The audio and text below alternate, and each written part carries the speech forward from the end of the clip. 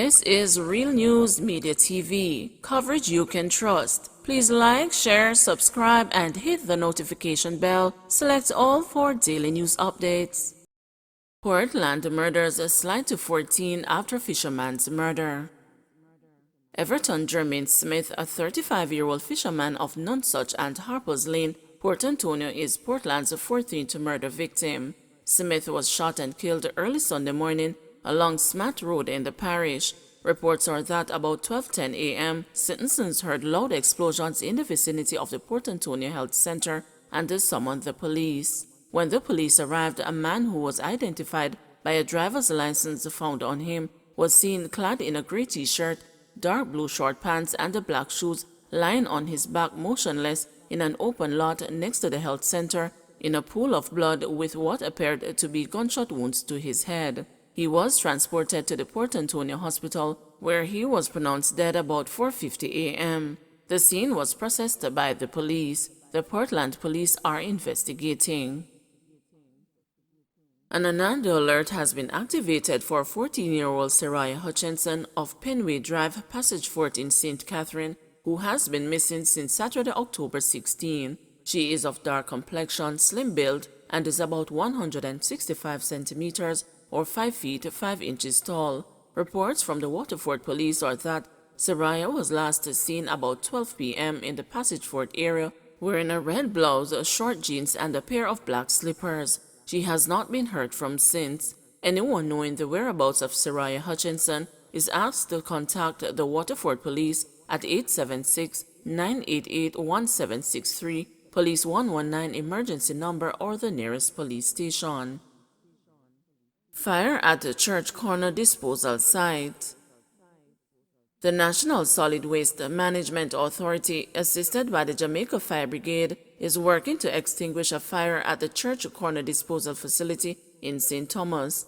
Executive Director of the NSWMA, Audley Gordon, says his team was alerted to a fire at the facility at approximately 4 a.m. on Sunday, October 17, 2021. The JFB was subsequently notified and the 2 units were dispatched to the site. We activated the usual protocols when we were alerted, and the fire brigade joined us quickly on the scene. There are 2 water trucks on location supplying water to the team. Cover material is stockpiled at all our facilities, so we have enough material at the location to help us to combat this blaze. Owners of tipper trucks have been called in to assist us with spreading this material. However, there was some reluctance as it is a no-movement day. We sought the assistance of the head of the St. Thomas Police Division, Superintendent Alison Byfield, and the trucks are on the way to assist us with covering the affected zone.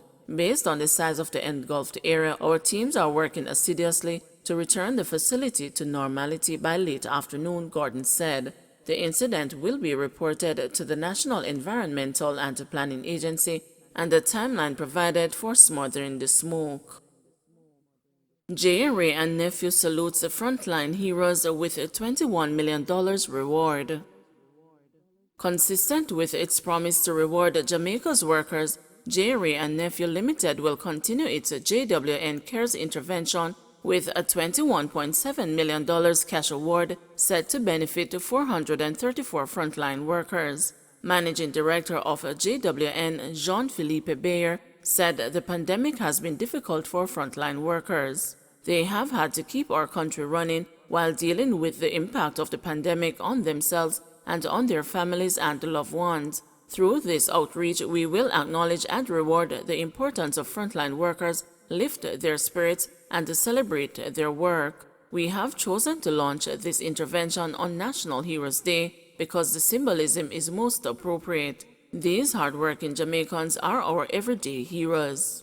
Nominations are open to a wide cross-section of frontline workers including doctors, nurses, members of the security industry, medical auxiliary and support staff, transportation personnel, and the supermarket staff. Jamaicans are encouraged to nominate their local hero via J. Ray and Nephew's Facebook page and at JWN Corporate on Instagram. Fittingly, the nominations will begin on Heroes Day, October 18, 2021, and conclude 1 month later on November 17, 2021. 14 winners will be randomly selected daily, and following a brief validation process, a weekly announcement of 98 winners will be made publicly, with each frontline worker receiving a cash award of $50,000. Last week, in responding to numerous appeals for assistance from Jamaica's hospital network, J. and Nephew, through the company's key brand White Overproof Rum and its sister company, the J. and Nephew Foundation, donated $45 million to 12 institutions across the country. The hospitals and clinics access the allocated funding by ordering supplies from local medical supplier Scientific and Medical Supplies Limited, which has offered a discount to the medical institutions, thereby expanding the value of the donation. Online learning is not normal, says clinical social worker.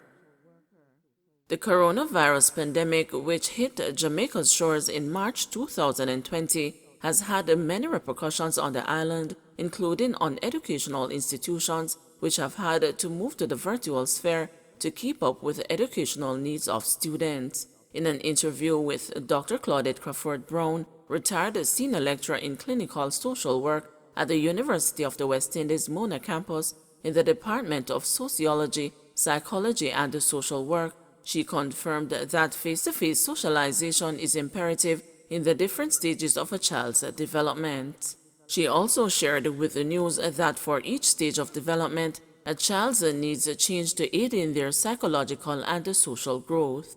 The needs of a 2 to 5-year-old will be different from a 6 to 7-year-old and from an 8 to 12-year-old and a 12 and older. But the general point is that at each stage of development of the child, the development of their psychological needs is dependent on their ability to interact with people in their environment, Crawford Brown explained. She noted that while the first point of contact is the family, as children grow, their point of contact is expected to expand through social interactions. This, she said, is a necessary step that has been hindered due to the safety protocols that are in place to limit the spread of COVID-19. As soon as the child gets to about age 2, and particularly the age bracket of 9 to 12, and the 12 and over, and those 6 to 11, their psychological development is dependent on their ability to interact with their peers and other people in their areas of socialization, which would be school, their teachers, church, peer group, media, and family, Crawford Brown shared. She highlighted that with only social media and family being the points of contact that are still intact, not being able to interact with the remaining 3 will have a tremendous impact on the child. The developmental task of a child at the 5 to 7 age requires them to play games with their peers, to be able to win and lose, to be able to understand their world, teamwork, team play, interacting with others, and learning that I am not the only person in the world, there are other people out there too. So that whole learning that takes place outside of the child's home is cut off to a large extent, and that will make the child socially inept, I would call it, the retired lecturer said. She warned that this so-called COVID generation could have serious problems in the form of social, emotional, and psychological issues if they are not able to return to a sense of normalcy, especially as it relates to the classroom. Socially, they are not able to interact with their peers, so they will have issues with being able to understand the social environment in which they are expected to function. Also, the issue of authority will be lacking. For example, the 6-year-old who would normally say, "No, my teacher says I am to do this," will not have this because now everything is coming from the parent, and that other level of authority will be lacking. Crawford Brown had words of caution for those she referred to as transition children. These are the students who would be moving on from one stage of their schooling to the next. The socialization with peers is very important. I work with children aged 5 to 12, and the saddest thing is to hear a 10-year-old child say, "Miss, I don't have any friends," and then I realized that that child was a transition child. I would like to caution that the transition children are at particular risk. Each of these transitions is fraught with problems because the normal friendship group has broken up and gone to school online. So the 10 to 12 don't have a friend if they don't have a sibling, she pointed out. Although some schools have started face-to-face classes, The majority are conducting lessons virtually. As far as Crawford Brown is concerned, the only thing that can truly help is to curb the number of COVID-19 infections so that children can return fully to in-person learning. In the meantime, she offered the following remedies. Therapy will help. Support groups for parents and their children. Internationally, there are pods with vaccinated families, but this has its own problems because that child may not learn how to interact with others outside of his or her race, class, and socioeconomic standing. Have internet buses in rural areas so they can come around and use it to access schools. We have to go out there and find the children and provide support on a community level. Train social workers to do community-based outreach through the Ministry of Education and the regions until we have coverage. Crawford Brown said that while online learning is working for some, even those who it is working for need a socialization piece. Online learning is not normal. We have to do better for our children. Don't forget to like, share, subscribe, and hit the notification bell. Select all for daily news updates.